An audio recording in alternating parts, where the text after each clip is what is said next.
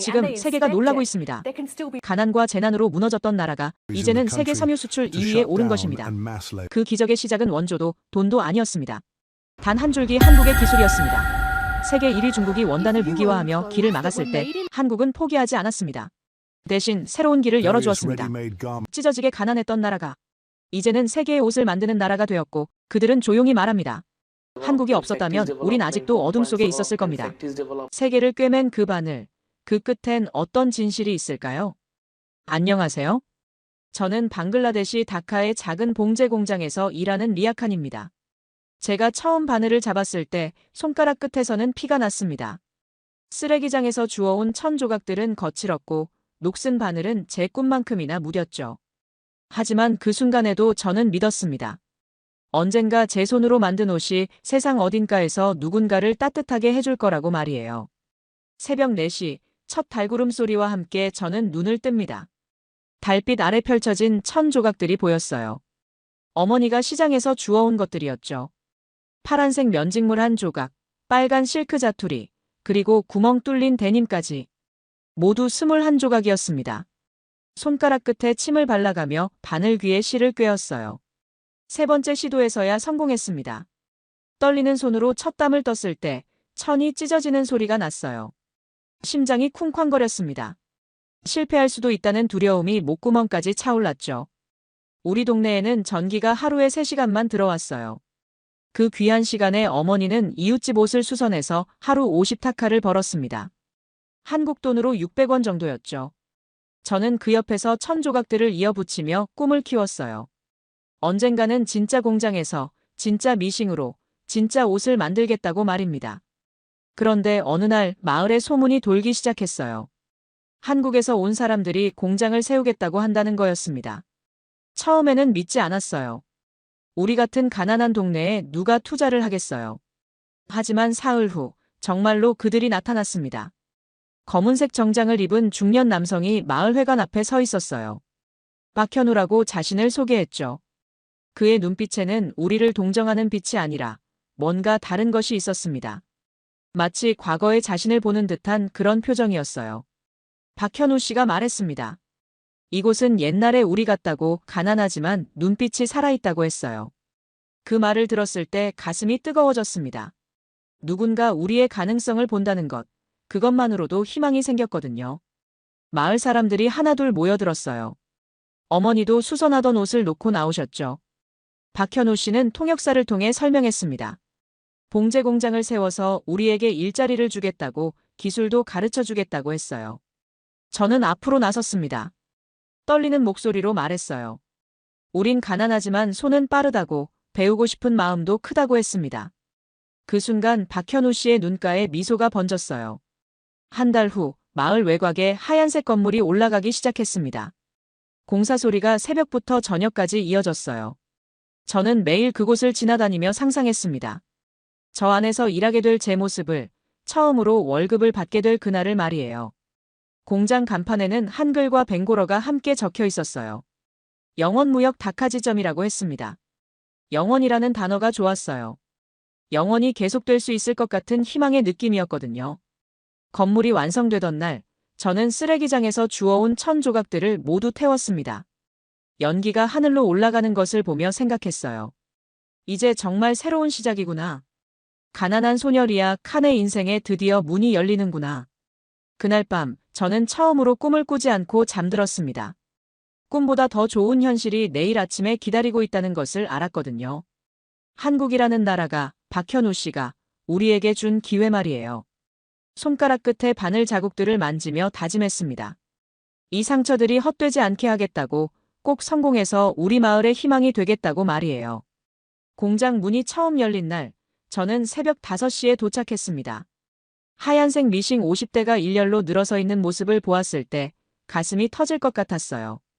형광등 불빛 아래 반짝이는 은색 바늘들이 마치 별처럼 보였습니다. 제 인생에서 가장 아름다운 풍경이었죠. 김지윤 씨가 들어왔을 때 저는 벌써 미싱 앞에 앉아 있었어요. 30대 초반으로 보이는 그녀는 짧은 머리에 검은색 뿔테 안경을 쓰고 있었습니다. 한국에서 온 기술자라고 소개받았죠. 김지윤 씨는 저를 보고 미소를 지었어요. 그리고 제 손을 보더니 놀란 표정을 지었습니다. 바늘에 찔린 자국들이 너무 많았거든요. 그녀가 부드럽게 물었어요. 얼마나 오래 바느질을 했느냐고 말이에요. 저는 대답했습니다. 5년 동안 매일 했지만 제대로 배운 적은 없다고 했어요. 김지윤 씨의 눈빛이 달라졌습니다. 마치 다이아몬드 원석을 발견한 보석상 같은 표정이었죠. 첫 수업이 시작되었어요. 김지윤 씨는 미싱 앞에 앉으며 말했습니다. 품질은 눈이 아니라 마음으로 본다고, 바느질은 기술이 아니라 정성이라고 했어요. 그 말이 제 가슴 깊이 박혔습니다. 그녀의 손놀림을 보는 것만으로도 배움이었어요. 천을 잡는 각도, 발로 페달을 밟는 리듬, 바늘이 지나가는 경로까지 모든 것이 완벽했습니다. 20년을 바느질해온 어머니보다도 훨씬 정확하고 빨랐어요. 김지윤 씨가 제게 직접 가르쳐주기 시작했습니다. 먼저 자세부터 교정해 주었어요. 등을 곧게 펴고 어깨에 힘을 빼라고 했습니다. 천을 잡을 때는 엄지와 검지로 가볍게, 나머지 손가락으로는 천의 흐름을 느끼라고 했죠. 처음 시도했을 때 실밥이 들쭉날쭉했어요. 김지윤 씨는 포기하라고 하지 않았습니다. 대신 제 손을 잡고 함께 움직여 주었어요. 그녀의 손은 따뜻했고 그 온기가 제게 용기를 주었습니다. 3시간 연습한 끝에 첫 번째 직선 박음질이 완성되었어요. 10cm 길이의 짧은 선이었지만 저에게는 인생 최고의 작품이었습니다. 김지윤 씨가 박수를 쳐주었을 때 눈물이 났어요. 점심시간에 김지윤 씨와 함께 앉아 이야기를 나누었습니다. 그녀가 말했어요. 한국도 처음에는 이런 모습이었다고, 가난하고 기술도 없었지만 배우려는 의지만큼은 세계 최고였다고 했어요. 김지윤 씨는 자신의 어머니 이야기를 해주었습니다. 1970년대 구로공단에서 미싱을 돌리며 가족을 먹여 살렸다고 했어요. 그때는 하루 16시간씩 일해도 겨우 끼니만 해결할 수 있었다고 했습니다. 그 이야기를 들으며 깨달았어요. 우리가 지금 겪는 어려움을 한국도 겪었다는 것을, 그들도 우리처럼 바닥에서 시작했다는 것을 말이에요. 그렇다면 우리도 할 수 있을 거라는 희망이 생겼습니다. 오후 수업에서는 곡선 바느질을 배웠어요. 원형 천 조각을 따라 바느질하는 것이었는데 생각보다 어려웠습니다. 바늘이 천을 벗어나기 일쑤였고 실이 엉키기도 했어요. 김지윤 씨는 인내심을 갖고 계속 가르쳐 주었습니다. 실수할 때마다 다시 보여주고 제가 이해할 때까지 반복해 주었어요. 그녀의 가르침 속에서 저는 단순히 기술만이 아니라 장인 정신도 배웠습니다. 하루 수업이 끝날 무렵 김지윤 씨가 특별한 과제를 주었어요. 작은 손수건을 만들어 보라고 했습니다. 가로세로 20cm짜리 정사각형 천에 가장자리를 접어서 박음질하는 것이었죠. 그날 밤 집에서 3시간 동안 매달렸어요. 손가락이 아파왔지만 포기하지 않았습니다. 어머니가 걱정스럽게 지켜보는 가운데 마침내 첫 작품이 완성되었어요. 다음 날 아침 떨리는 마음으로 손수건을 김지윤 씨에게 보여드렸습니다. 그녀는 한참 동안 자세히 살펴보더니 고개를 끄덕였어요. 그리고 말했습니다. 이제 시작이라고, 하지만 좋은 시작이라고 했어요. 김지윤 씨가 손수건 한쪽 모서리에 작은 라벨을 달아주었습니다. 메이드 인 방글라데시라고 쓰여진 하얀색 라벨이었어요. 그 글자를 보는 순간 눈물이 왈칵 쏟아졌습니다. 이건 단순한 손수건이 아니었어요. 제 인생 첫 작품이었고 방글라데시에서 만들어진 제품이었으며 한국의 기술과 저의 열정이 만나서 탄생한 기적이었습니다. 김지윤 씨가 제 어깨에 손을 올리고 말했어요. 이제 진짜 시작이라고, 앞으로 더 많은 것을 배우게 될 거라고 했습니다. 그 순간 저는 확신했어요. 저는 단순한 바느질 소녀가 아니라 무언가를 만들어낼 수 있는 사람이라는 것을 말이에요. 1년 후, 저는 24시간 돌아가는 공장의 소리에 잠을 청하게 되었습니다. 새벽 2시에도 미싱 소리가 멈추지 않았어요. 야간 근무조 120명이 형광등 불빛 아래서 바늘을 움직이고 있었습니다. 주문량이 월 20만 벌로 늘어났거든요. 1년 전과는 상상할 수 없는 숫자였죠. 박현우 씨가 공장을 둘러보며 말했어요. 우린 이제 주문을 받는 나라가 아니라 신뢰를 파는 나라라고 했습니다. 그 말이 정확했어요. 유럽의 유명 브랜드들이 직접 우리를 찾아왔거든요. 저는 이제 생산팀장이 되어 300명의 근로자를 관리했습니다. 매일 아침 7시 조회에서 전날의 생산량과 품질 지표를 발표했어요. 불량률 0.1%, 납기 준수율 99.8%. 숫자들이 우리의 자부심을 말해주었습니다. 하지만 빠른 성장은 예상치 못한 문제도 가져왔어요. 일부 현지 관리자들이 불만을 터뜨리기 시작했습니다. 특히 하산이라는 부팀장이 그랬어요. 이젠 한국식 시스템이 필요 없다며 갈등을 조장했습니다. 하산은 공개적으로 말했어요. 우리가 이미 충분히 배웠으니 이제는 우리 방식대로 해야 한다고 했습니다. 아침 체조도 품질 회의도 시간 낭비라고 주장했어요. 일부 직원들이 그의 말에 동조하기 시작했습니다. 긴장이 고조되던 어느 날 큰 사고가 일어났어요. 하산이 관리하는 라인에서 5,000벌의 셔츠에 색상 오류가 발생한 것이었습니다. 고객이 요구한 네이비 블루 대신 검정색으로 염색된 제품들이 나온 거죠. 그날 오후 긴급회의가 소집되었습니다. 박현우 씨의 표정이 심각했어요. 5,000벌을 다시 만들려면 일주일이 걸리고 납기를 맞추지 못하면 계약 해지까지 각오해야 하는 상황이었습니다. 하산은 변명했어요. 염료업체의 실수라고 자신은 책임이 없다고 했습니다. 하지만 김지윤 씨가 확인해보니 품질 점검 절차를 생략했다는 사실이 드러났어요. 한국식 시스템을 무시한 결과였습니다. 그때 박현우 씨가 말했어요. 속도보다 중요한 건 진심이라고, 진심 없는 속도는 결국 더 큰 손실을 가져온다고 했습니다. 그 말이 회의실을 조용하게 만들었어요. 저는 앞으로 나섰습니다. 일주일 만에 5,000벌을 다시 만들겠다고, 모든 직원이 합심하면 가능하다고 말했어요. 박현우 씨와 김지윤 씨가 놀란 표정을 지었지만 저는 확신이 있었습니다. 그날 밤부터 전쟁 같은 일주일이 시작되었어요. 저는 새벽 4시에 출근해서 밤 12시에 퇴근했습니다. 직원들도 자발적으로 야근에 참여했어요. 품질을 포기하지 않으면서도 속도를 높이는 방법을 찾아야 했거든요. 김지윤 씨가 특별 교육팀을 꾸렸어요. 숙련 기술자 20명을 선발해서 집중 트레이닝을 실시했습니다. 한국식 품질 관리의 핵심을 다시 한번 철저히 교육했죠. 3일째 되던 날 기적 같은 일이 일어났어요.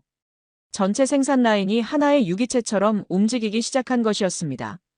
각자의 자리에서 최선을 다하면서도 서로를 도왔어요. 파르바티는 이제 10명의 신입사원을 지도하는 조장이 되어 있었어요. 그녀가 제게 배운 것을 후배들에게 전수하는 모습을 보며 뿌듯했습니다. 기술의 전수가 이어지고 있었거든요. 일주일째 마지막 날, 마지막 한 벌의 셔츠가 완성되었어요. 오후 6시였습니다. 검수 결과 불량품은 단 한 벌도 없었어요. 모든 직원이 환호성을 질렀습니다. 박현우 씨가 저에게 다가와 악수를 청했어요. 그의 눈가에 눈물이 맺혀 있었습니다. 이런 팀워크는 한국에서도 보기 어렵다고, 방글라데시가 진정한 파트너가 되었다고 말했어요. 하산도 사과했습니다. 자신의 오만함을 인정하고 다시 한국식 시스템을 배우고 싶다고 했어요.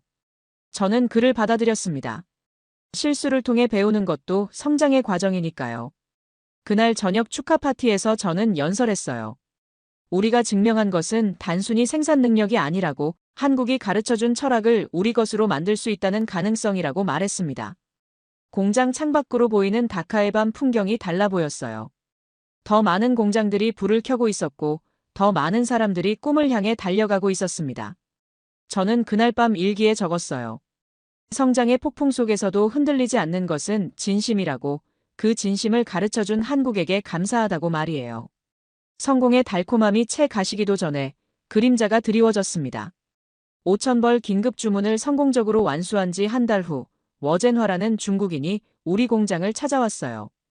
50대 초반으로 보이는 그는 값비싼 정장을 입고 차가운 미소를 지었습니다. 명함에는 동방직물 아시아 총괄 대표라고 적혀 있었죠. 저는 통역으로 그와 박현우 씨의 회의에 참석했어요. 워젠화가 말했습니다. 중국이 방글라데시 원단 시장의 70%를 공급하고 있다고, 더 좋은 조건을 제안하고 싶다고 했어요. 처음에는 달콤한 제안이었습니다. 원단 가격을 20% 할인해주고 신속한 배송을 보장하겠다고 했어요. 대신 독점 계약을 요구했습니다. 다른 업체와는 거래하지 말라는 조건이었죠. 박현우 씨는 단호하게 거절했어요. 우리는 다양한 공급처와 거래해야 안정적이라고, 독점은 위험하다고 말했습니다. 그 순간 워젠화의 표정이 차갑게 변했어요. 한 달 후, 악몽이 시작되었습니다. 중국 원단 업체들이 하나둘 우리와의 거래를 중단한다고 통보해왔어요. 표면적인 이유는 다양했습니다. 품질 기준 변경, 물량 부족, 운송 문제 등등. 하지만 모든 게 러젠화의 지시였다는 걸 알 수 있었어요. 2주 만에 원단 공급량이 80% 줄어들었습니다. 남은 업체들은 가격을 3배로 올려버렸어요. 미터당 2달러였던 면직물이 6달러가 되었습니다. 생산 원가가 맞지 않았어요. 저는 매일 아침 직원들에게 상황을 설명해야 했습니다. 300명의 근로자들이 불안한 눈빛으로 저를 바라봤어요. 가장이 된 지 얼마 안 된 파르바티는 눈물을 글썽였습니다. 첫 번째 해고 통보를 받은 건 목요일 오후였어요. 생산팀 50명을 먼저 내보내야 한다는 본사 결정이었습니다. 제 손으로 해고 통보서를 나눠주는 순간 가슴이 찢어지는 것 같았어요. 젊은 어머니 파티마가 울면서 말했습니다. 아이 학비는 어떻게 하느냐고, 이 일자리가 유일한 희망이었다고 했어요. 저는 아무 말도 할 수 없었습니다. 미안하다는 말조차 초라하게 느껴졌거든요. 그날 밤 러젠화가 다시 찾아왔어요. 이번에는 승리자의 여유로운 표정이었습니다. 그가 말했어요. 너희는 한국 없인 아무것도 못한다고, 중국의 힘을 과소평가했다고 했습니다. 박현우 씨는 분노했지만 침묵을 지켰어요. 러젠화는 계속했습니다. 독점 계약에 서명하면 모든 걸 원상복구시켜주겠다고, 하지만 조건이 있다고 했어요. 한국 기술진을 모두 철수시키고 중국 방식을 도입하라는 것이었습니다. 그 순간 저는 깨달았어요. 이건 단순한 사업 경쟁이 아니라 철학의 전쟁이라는 것을 말이에요. 한국이 심어준 기술과 정신을 뿌리째 뽑아버리려는 시도였습니다. 일주일 후 공장 가동이 완전히 멈췄어요. 원단 재고가 바닥났거든요. 300대의 미싱이 조용히 멈춰선 모습은 무덤 같았습니다. 그 정적 속에서 저는 무력감에 빠졌어요. 그날 저녁, 저는 박현우 씨의 사무실에 갔습니다. 그의 책상 위에 낡은 노트가 펼쳐져 있었어요. 한국어로 빼곡히 적힌 메모들이 보였습니다. 김지윤 씨가 통역해 주었어요. 그 노트에는 1970년대 한국의 이야기가 담겨 있었습니다. 석유 파동으로 경제가 무너질 뻔했을 때, 일본이 기술 지원을 중단했을 때, 그때마다 한국은 위기를 기회로 바꿨다고 적혀 있었어요. 한 구절이 특히 마음에 박혔습니다. 한국은 위기를 길로 바꾼 나라였다. 그 문장을 읽으며 생각했어요.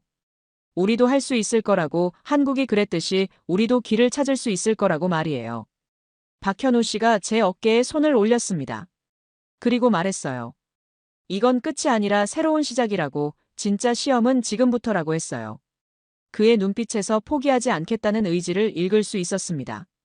그날 밤 저는 텅 빈 공장을 혼자 걸어 다녔어요. 멈춰선 미싱들 사이를 지나며 다짐했습니다. 러젠화의 말대로 우리가 한국 없이는 아무것도 못하는 존재라면 그것부터 바꿔보겠다고 말이에요. 김지윤 씨가 가르쳐준 첫 번째 교훈이 떠올랐습니다. 품질은 눈이 아니라 마음으로 본다. 이제는 위기도 마음으로 봐야 할 때였습니다. 절망이 아니라 기회로 말이에요. 가장 어두운 시간은 새벽 3시에 찾아왔습니다. 공장이 멈춘 지 2주가 지났을 때 하산이 제게 충격적인 소식을 전했어요. 우리와 함께 일하던 현지 협력업체 5곳이 중국 쪽으로 넘어간다는 것이었습니다. 러젠화가 더 좋은 조건을 제시했다고 했어요. 그 중에는 3년 전부터 함께 해온 다울라 포장재도 있었습니다. 사장 카림 씨는 제가 신입 시절부터 아껴주던 분이었어요. 그분마저 등을 돌린다는 사실이 믿기지 않았습니다. 다음 날 아침 카림 씨를 직접 만나러 갔어요. 그는 미안하다는 표정을 지었지만 결심은 굳어 보였습니다. 중국 업체가 제시한 조건이 너무 좋다고, 가족을 위해 어쩔 수 없다고 말했어요. 저는 물었습니다. 그동안 우리가 함께 쌓아온 신뢰는 아무것도 아니냐고, 돈이 모든 것을 결정하는 것이냐고 했어요. 카림 씨는 고개를 떨구며 대답했습니다. 생존이 우선이라고 말이에요. 그 순간 깨달았습니다. 우리가 잃은 것은 원단 공급처만이 아니라는 것을요. 신뢰, 연대, 함께 성장해온 파트너십까지 모두 무너지고 있었습니다. 더 큰 충격은 제가 운영하던 여성기술학교에서 왔어요. 월세를 내지 못해 건물주가 계약 해지를 통보한 것이었습니다. 50명의 여성들이 배우고 있던 곳이 사라질 위기였어요. 학교를 찾아온 여학생들의 표정이 잊히지 않습니다. 16살 라시다는 울면서 말했어요. 이곳이 자신의 유일한 희망이었다고, 다른 곳에서는 여자라는 이유로 기회조차 주지 않는다고 했습니다. 그날 밤 저는 김지윤 씨를 찾아갔어요. 그녀는 짐을 싸고 있었습니다. 본사에서 철수 명령이 떨어졌다는 것이었어요. 더 이상 버틸 수 없는 상황이라고 했습니다. 김지윤 씨가 제게 마지막 선물을 건넸어요. 낡은 공책 하나였습니다.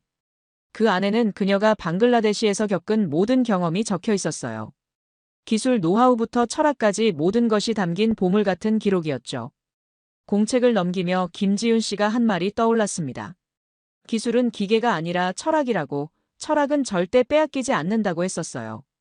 그 순간 가슴이 뜨거워졌습니다.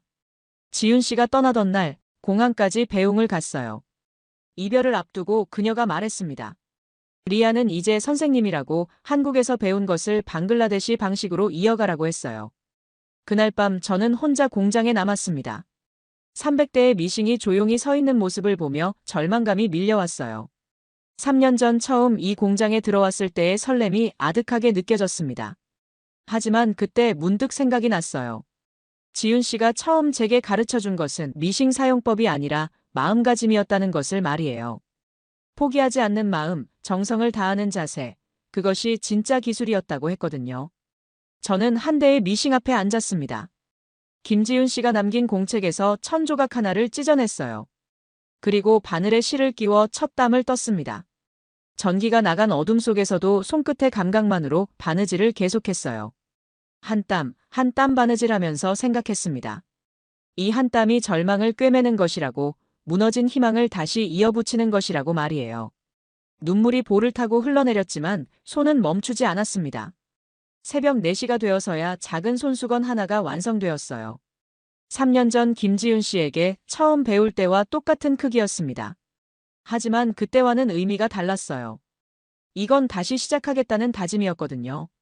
손수건에 메이드 인 방글라데시라고 손으로 수놓았습니다. 삐뚤빼뚤한 글씨였지만 저에게는 가장 아름다운 문구였어요. 이 나라에서, 이 땅에서 제 손으로 만든 희망의 증표였습니다. 그 순간 깨달았어요. 러젠화가 틀렸다는 것을, 우리가 한국 없이도 할 수 있다는 것을 말이에요. 한국이 준 것은 의존이 아니라 자립할 수 있는 힘이었거든요.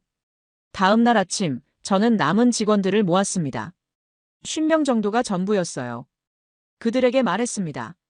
지금이 진짜 시작이라고, 우리가 배운 기술로 새로운 길을 만들어 보자고 했어요. 파르바티가 앞으로 나와 말했습니다. 끝까지 함께하겠다고, 리아 언니가 가는 길을 따르겠다고 했어요. 그 말에 다른 사람들도 고개를 끄덕였습니다. 그날 저녁 제가 쓴 일기의 마지막 줄입니다. 내가 배운 기술은 절망을 꿰매는 법이에요. 그리고 이제 그 기술로 새로운 희망을 만들어낼 차례입니다. 희망은 가장 예상치 못한 순간에 찾아왔습니다. 절망에 빠진 지 한 달째 되던 어느 금요일 오후, 박현우 씨가 급하게 저를 불렀어요. 그의 사무실에는 영상통화 화면이 켜져 있었고 서울 본사의 임원들이 보였습니다. 긴급회의가 진행 중이었죠. 화면 속 본사 이사가 말했습니다. 중국의 봉쇄 전략에 대응하는 새로운 계획을 승인했다고 했어요. 코드명은 실크로드 우회 작전이었습니다. 이름부터 희망적이었어요. 박현우 씨가 설명하기 시작했어요.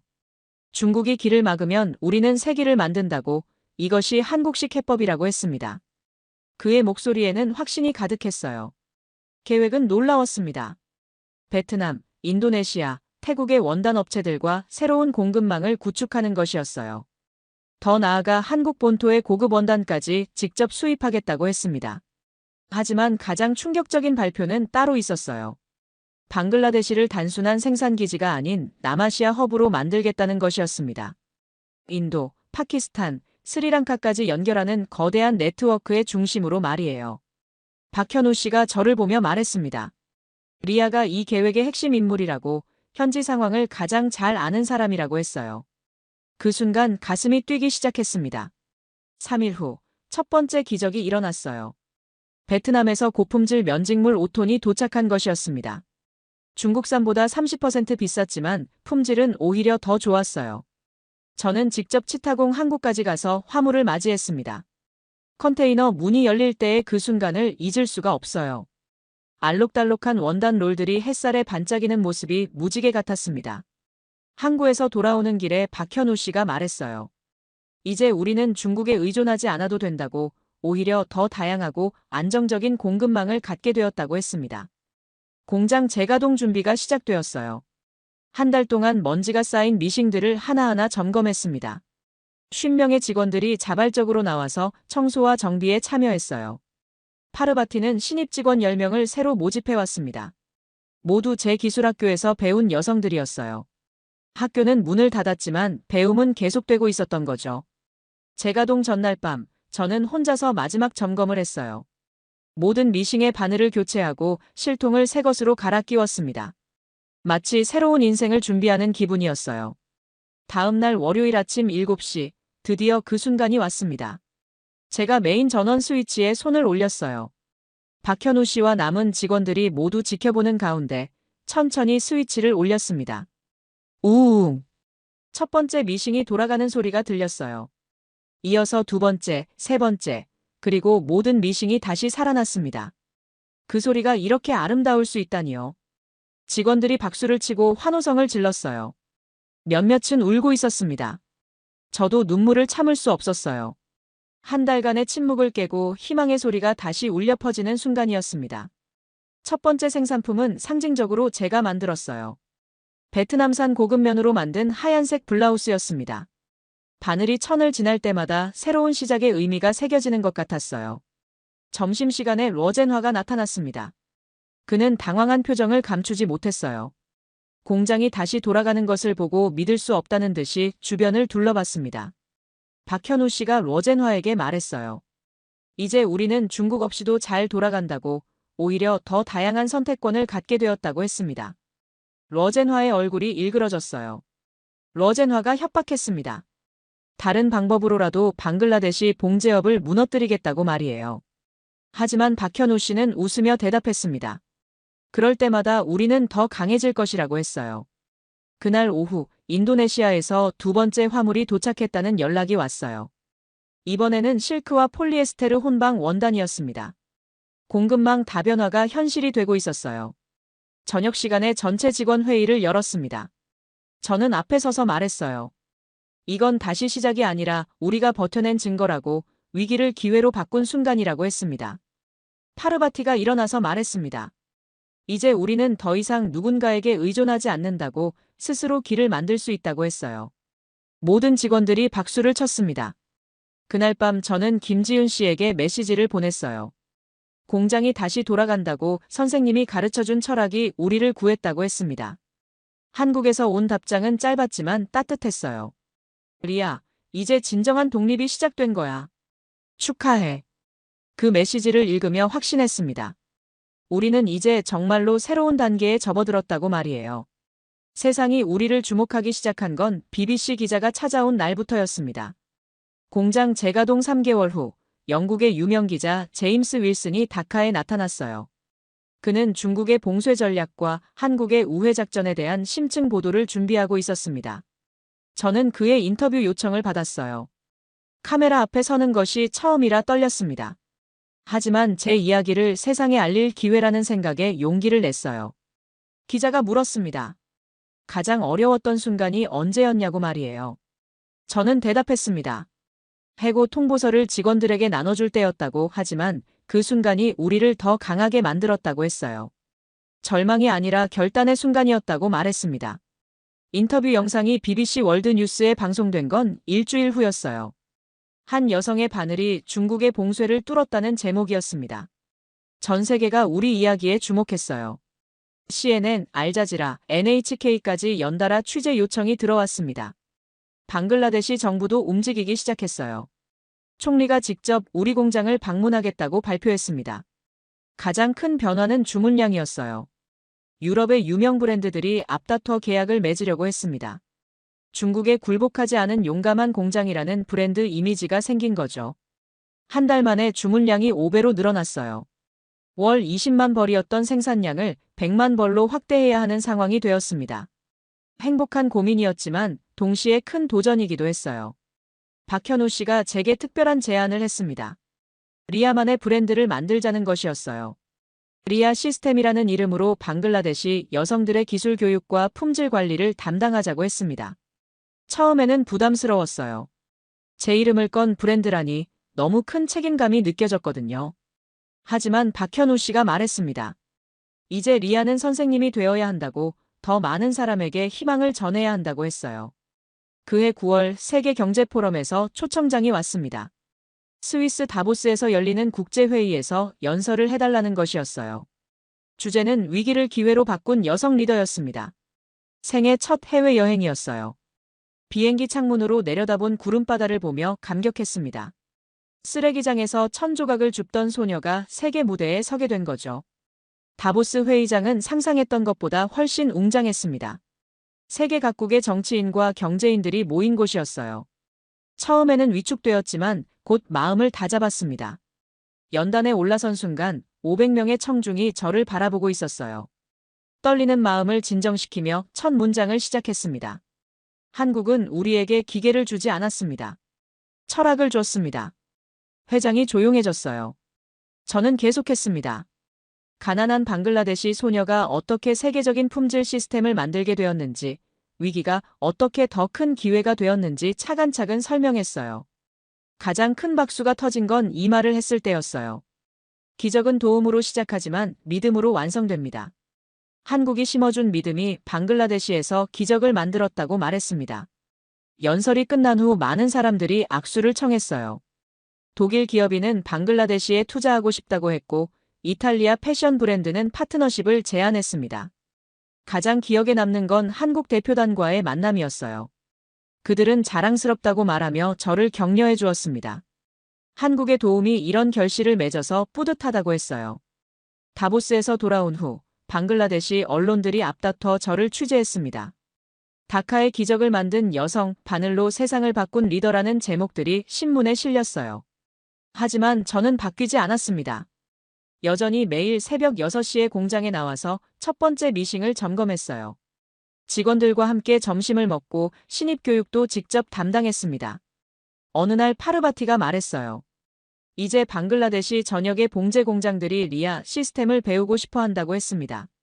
제가 만든 품질 관리 방법이 표준이 되고 있다는 거였어요. 그 소식을 들으며 책임감을 느꼈습니다. 더 많은 여성들에게 기회를 주어야 한다는 사명감도 생겼어요. 저 혼자만의 성공이 아니라 모든 방글라데시 여성들의 희망이 되어야 한다고 생각했습니다. 연말에 박현우 씨가 특별한 소식을 전했어요. 방글라데시가 세계 섬유 수출 3위에 올랐다는 것이었습니다. 불과 2년 전만 해도 7위였는데 말이에요. 그날 밤 저는 김지윤 씨에게 편지를 썼어요. 선생님이 가르쳐준 철학이 이제 방글라데시 전체를 바꾸고 있다고, 그 철학을 더 많은 사람에게 전하겠다고 약속했습니다. 박현우 씨가 저에게 말했던 것이 현실이 되고 있었어요. 넌 이제 우리보다 강해졌어. 정말로 우리는 강해져 있었습니다. 그 순간을 저는 평생 잊지 못할 겁니다. 2025년 3월 15일 오전 10시 세계무역기구에서 발표된 연간 섬유 수출 통계를 보는 순간이었어요. 컴퓨터 화면에 떠오른 숫자를 보고 저는 숨이 막혔습니다. 1위 중국 2,847억 달러, 2위 방글라데시 421억 달러. 방글라데시가 드디어 세계 2위에 올라선 것이었습니다. 상상할 수 없던 일이 현실이 된 순간이었어요. 제가 소리를 지르자 사무실에 있던 모든 직원들이 달려왔어요.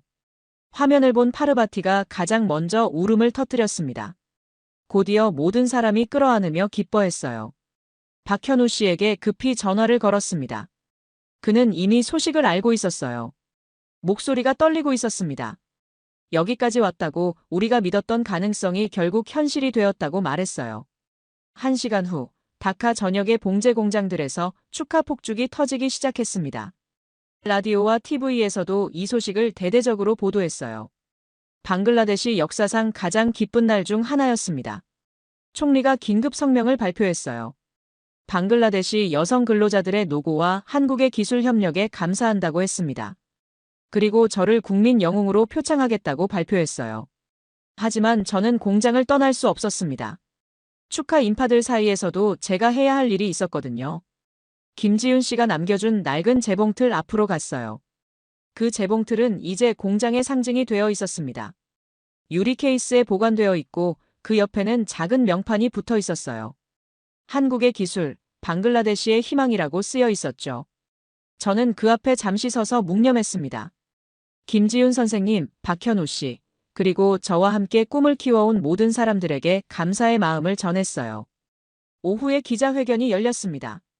국내외 언론 100여 명이 몰려왔어요. 첫 번째 질문은 예상했던 것이었습니다. 2위가 된 소감이 어떠냐는 거였죠. 저는 미소를 지으며 대답했어요. 기쁘지만 아직 끝난 게 아니라고 생각합니다. 지금은 2위지만 언젠가는 우리가 1위가 될 거예요. 회장에서 박수가 터져나왔습니다. 외신 기자가 물었어요. 성공의 비결이 무엇이냐고 말이에요. 저는 주저없이 대답했습니다. 한국이 씨앗을 심었고 우린 그 씨앗으로 숲을 만들었어요. 이제 그 숲이 세상을 덮을 거예요. 그날 저녁 특별한 손님이 찾아왔습니다. 김지윤 씨였어요. 한국에서 축하하러 날아온 것이었습니다. 5년 만에 보는 선생님의 모습은 조금 나이가 들어 보였지만 눈빛은 여전히 따뜻했어요. 김지윤 씨가 공장을 둘러보며 놀라워했습니다. 300대였던 미싱이 이제 1,500대로 늘어나 있었고 직원도 2,000명이 넘었거든요. 하지만 가장 놀라워한 건 따로 있었어요. 품질이 한국보다 좋아진 것 같은데? 김지윤 씨의 말에 저는 웃었습니다. 5년 동안 매일 발전시켜온 결과라고, 이제는 우리가 다른 나라에 기술을 가르쳐줄 차례라고 말했어요. 실제로 지난해부터 아프리카와 중남미 국가들에서 기술 협력 요청이 들어오고 있었어요. 저희가 개발한 리아 시스템을 배우고 싶어하는 나라들이 늘어나고 있었습니다. 박현우 씨도 합류해서 셋이 함께 저녁을 먹었어요. 그가 말했습니다. 리아, 이제 내가 선생님이 되어 다른 나라를 도울 차례야. 한국이 너희에게 했던 것처럼 말이야. 그 말을 들으며 깊은 책임감을 느꼈어요. 받은 도움을 이제 다른 곳에 전해야 할 때가 온 것이었습니다.